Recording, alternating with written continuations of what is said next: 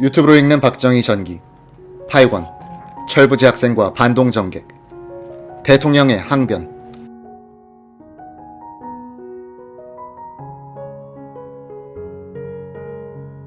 다음에는 지난 대통령 임기 기간 중에 일어난 몇 가지 중대한 문제에 대해서 간단히 말씀드리겠습니다. 한일 회담과 월남 파병 문제. 여기에 대해서 야당에서는 극한적으로 반대를 하고 지난 3년 반 동안 전국 방방곳곳을 돌아다니면서 정부를 비난하고 공격을 했습니다. 끝까지 이 문제에 대해서는 야당이 부정적인 자세를 취하고 오늘 현재도 비판적입니다.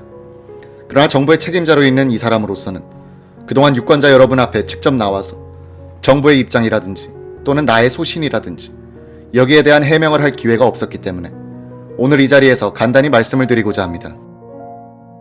한일 회담을 야당에서는 나라를 팔아먹은 매국 외교로까지 극언을 했습니다마는 나는 아직 이 순간에도 한일 회담이라는 것은 결과적으로 잘 되었다, 이렇게 생각합니다.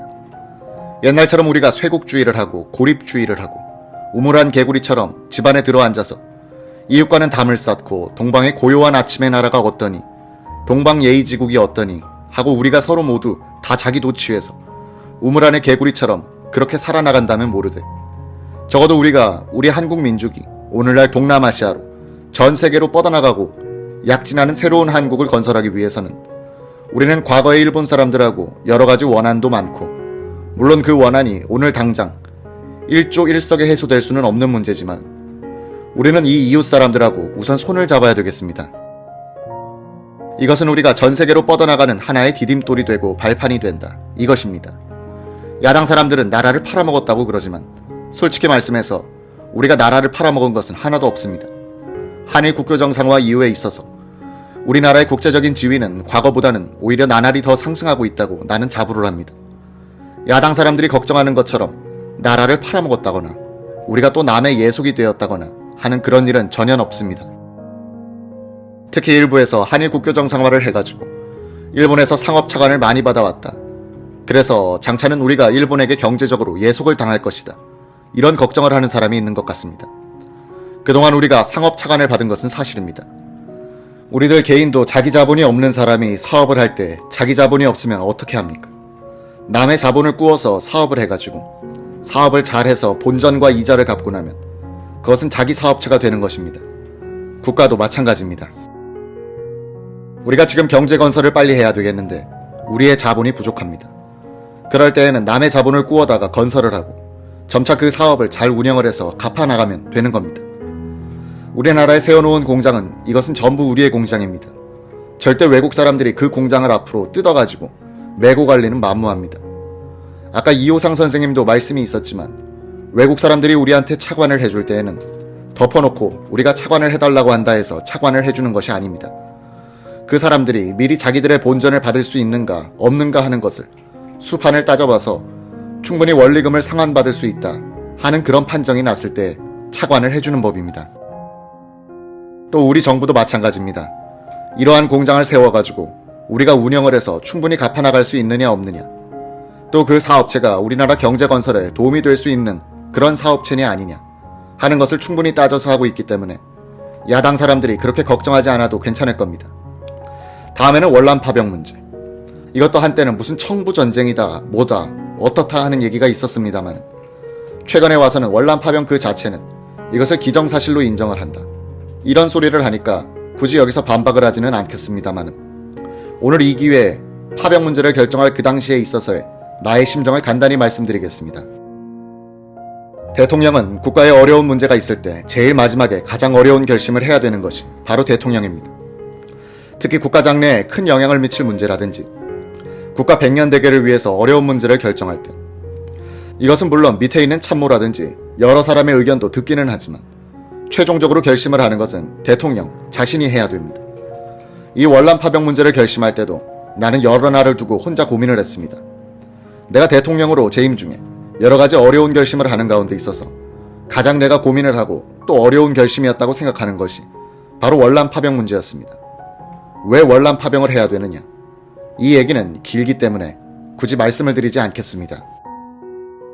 또 정부가 그동안 우리가 과거 남의 신세를 진 나라니까 신세를 갚아야 된다든지 또 동남아시아가 적화가 되면 당장 우리에게도 영향이 있다든지 등등 여러 가지 그러한 얘기는 우선 생략을 하고 더 솔직한 얘기를 여러분들에게 하나 말씀드리겠습니다. 월남 파병 문제를 우리가 왜 해야 하느냐?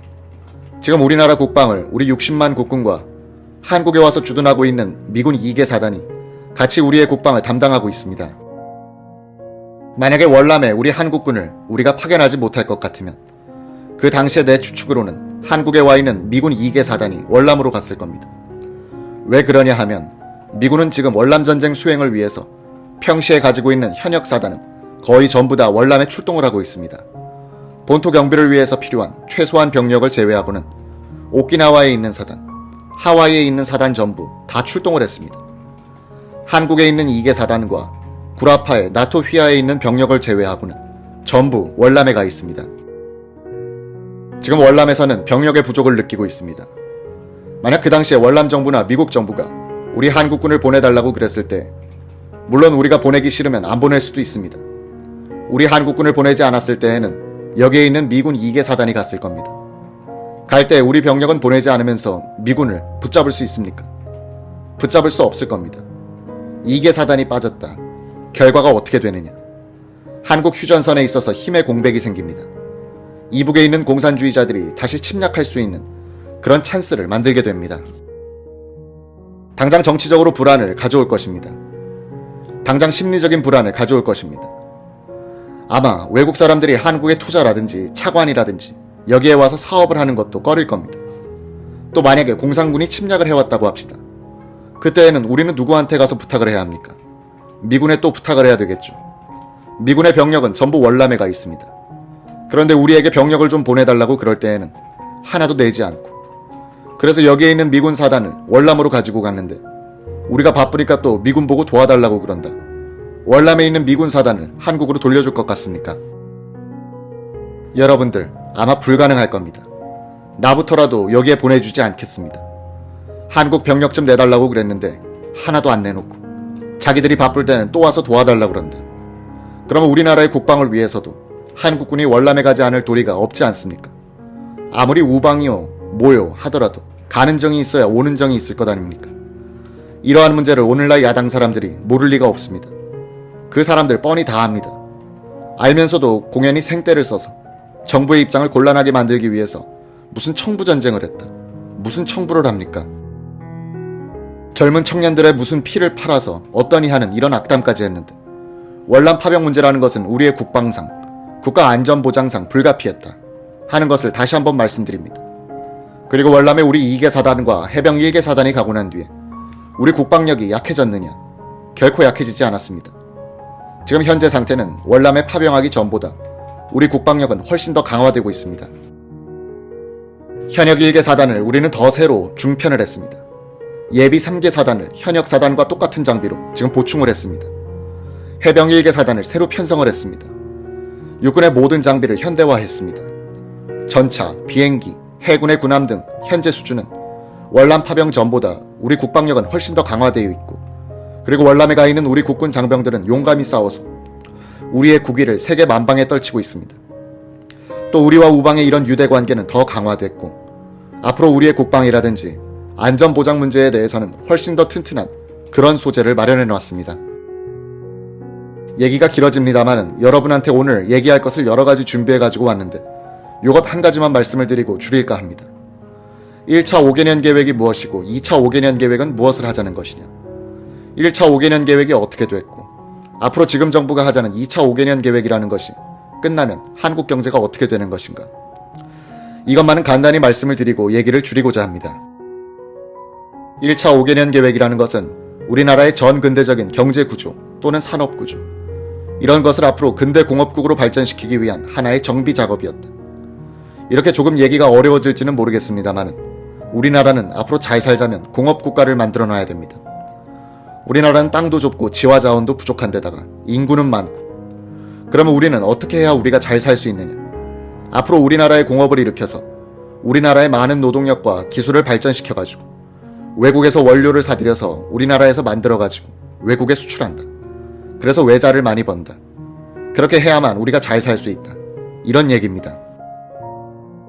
그래서 1차 5개년 계획에서 우리는 5가지 목표를 세웠습니다. 첫째는 우리나라의 가장 뒤떨어진 농촌을 빨리 발전을 시켜야 되겠다. 이것이 정부가 말하는 중농 정책입니다. 두 번째는 앞으로 우리나라의 공업과 모든 산업을 발전시키기 위해서는 기간 산업을 빨리 육성을 해야 되겠다. 그래서 전기다, 시멘트다, 정유다, 비료다 등등 이러한 공장을 우리 정부가 서둘러서 무리를 해서 건설을 했던 겁니다. 그 다음에는 앞으로 우리가 공업국가가 되기 위해서는 기술을 많이 발전을 시켜야 되겠다. 또 우리가 당장 손쉽게 할 수 있는 경공업 분야 이런 것을 빨리 발전을 시키고 중소기업 같은 것을 빨리 육성해야 되겠다. 그래서 수출을 많이 해야 되겠다. 이러한 부분에 힘을 들여가지고 1차 5개년 계획을 추진해 왔습니다. 그 결과는 어떻게 되었느냐? 중농 정책에 대해서도 여러 가지 시비가 많습니다만 솔직히 말씀드려서 우리 정부로서는 모든 것이 계획대로 추진이 됐다고 지금 생각을 합니다. 1차 5개년 계획에 있어서 정부는 목표의 약 95%를 달성했습니다. 물론 우리나라 농촌에 지금 여러 가지 어려운 문제가 많이 있다는 것은 이 사람 자신부터 잘 알고 있습니다. 그러나 우리가 1차 5개년 계획에서 세워놓은 그 목표만은 달성을 했다. 이것입니다. 뭐냐? 우리는 식량을 2배로 증산했습니다. 여러 가지 특용 작물이라든지 경제 작물을 우리는 많이 장려를 했고 우리나라의 경지를 확장하기 위해서 약 26만 정도의 경지가 늘어났습니다. 그러나 이러한 것이 아직까지 우리의 농촌이 옛날부터 너무나 가난하게 살아왔기 때문에 이것이 일조일석의 그 효과로 우리 눈에 뜨이지 않습니다. 이런 것을 보고 중농정책이 실패를 했지 않느냐 이런 소리를 하는 사람이 있기는 합니다만 우리 농촌이 지금 확실히 발전돼 가고 있는 것만은 사실입니다. 오늘 이 자리에도 농촌에서 오신 분들이 많이 계신 줄 압니다만 우리 농촌이 무엇인가 지금 되어가고 있는 것만은 사실 아닙니까? 과거보다도 지금 하나둘 발전되어 가고 있는 것만은 사실 아닙니까? 식량이 증산됐기 때문에 근래에 와서는 우리나라에 춘궁기라는 말이 없어진 것만도 사실이 아닙니까? 또 전량 농가가 과거보다 훨씬 더 줄었다는 것 이것도 아무도 부정할 수 없을 겁니다. 무엇을 가지고 하느냐? 도에서나 시에서나 군에서 가지고 있는 대여 양곡이 어느 정도 나갔느냐 하는 것을 보면 전량 농가가 그전보다 줄었느냐 안 줄었느냐 하는 것을 우리가 짐작할 수 있는 겁니다. 물론 이렇다고 해서 우리 농촌이 다 잘 살게 되었다는 얘기는 결코 아니고 우리가 앞으로 여러 가지 문제가 있고 2차 5개년 계획에 있어서 계속 노력을 해야 되겠다. 그럼 2차 5개년 계획에 있어서 우리가 무엇을 하겠느냐? 2차 5개년 계획에는 농업과 공업을 같이 병행해서 강력히 밀고 나가자. 거의 농공병진에서 나가자. 이것이 우리가 말하는 농공병진 정책입니다. 2차 5개년 계획이 끝나면 또는 끝날 무렵에 가면 우리는 식량을 자급자족해야 되겠습니다. 지금 우리나라는 역사의 하나의 전환점에 있습니다. 뭐 어떻게 전환점에 서 있느냐? 우리나라는 지금 공업화해 가고 있습니다. 우리나라가 근세에 일본에 한번 졌습니다. 일본의 식민지가 됐습니다. 왜 됐느냐? 일본은 빨리 공업화가 되고 우리 한국은 뒤떨어졌기 때문에 일본에 우리가 졌습니다. 지금 우리는 우리나라를 공업화시키기 위해서 근대화하기 위해서 그 과정을 지금 걷고 있고 한 고비를 지금 넘고 있는 겁니다. 다행히도 우리 모든 국민들이 여기에 대해서 적극적으로 호응을 하고 협조를 하고 지난 5년 동안 우리 농민들, 우리 기업들, 우리 상공인들 모든 국민들의 노력으로서 우리나라의 경제는 나날이 발전되어 가고 있는 겁니다. 오늘 우리 한국 사회에는 국민들의 활기찬 그러한 모습을 도처에서 볼 수 있고 젊음과 의욕과 자신과 국민의 생기가 약동을 하고 있는 겁니다.